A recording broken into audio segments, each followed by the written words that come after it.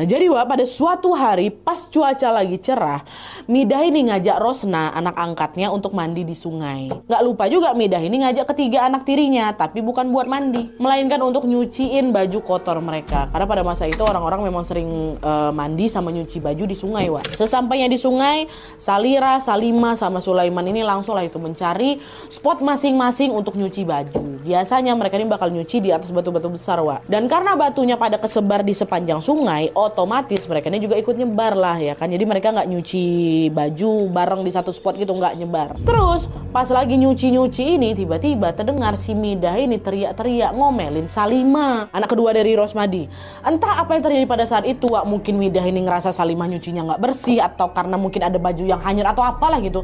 Yang jelas di situ Midah ngamuk kali sama Salimah, sengamuk itu. Dan kebetulan waktu itu Midah ini lagi datang bulan, Wak, lagi haid. Dan karena dulu tuh belum ada pembalut modern macam sekarang ya, jadi Midah kan cuma pakai alas kain aja tuh sebagai pembalutnya. Midah saking emosinya waktu itu, Wak, dia ngeluarin kain pembalut yang masih berdarah-darah itu, mohon maaf ya, terus dilemparnya ke muka Salimah. Wah, digituin ya. Lalu tanpa sadar di momen itu terucaplah satu sumpah dari mulutnya Midah. Dia ngomong apa? Ini mohon maaf, Wak, ya, agak kasar, mohon maaf kali. Dasar kau ya anak nggak tahu diuntung. Nanti kalau aku mati, ku cari kemanapun kau pergi, aku korek-korek lubang pantatku sampai ku mati. Itu katanya, mohon maaf, agak kasar, tapi itu yang dia bilang. Itu kata Midah ke Salimah. Nah, karena Midah ini memang orangnya dasarnya suka pemarah, sebenarnya Salimah tuh udah sering, Wak, denger Midah ini ngucapin sumpah serapah, udah sering, udah nggak aneh lah gitu. Tapi baru kali ini Midah itu emosi sampai bawa kematian, Wak. Baru kali itu, kalau aku mati, kata dia gitu, baru kali itu. Dan tanpa Midah sadari, ternyata sumpahnya itu berakibat fatal di kemudian hari, Wak. Nah, karena sumpahnya itu, kenapa? Masuk lagi.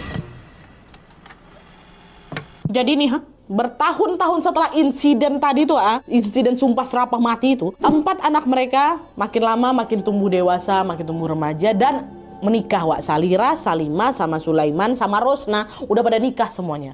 Mereka udah nggak tinggal lagi di kampung Permai ini. Bahkan ada juga yang merantau keluar pulau sama dengan keluarga barunya. Sedangkan Rosmadi sama Midah kan tinggal berdua aja tuh, masih tinggal, Wak, di kampung itu. Umur yang semakin tua bikin kondisi kesehatan Midah mulai ngedrop. Tapi sayangnya fasilitas kesehatan pada masa itu juga belum semaju sekarang, Wak. Ditambah lagi transportasi umum di sana juga masih macam susah gitu lah, sehingga mereka tuh nggak bisa bepergian dengan leluasa gitu. Alhasil setiap kali Midah itu sakit, dia udah cuma bisa dirawat di rumah aja. Nah, lalu suatu hari Midah ini ngedrop, Wak. Tanpa diduga ternyata kondisinya jauh lebih parah dari biasanya.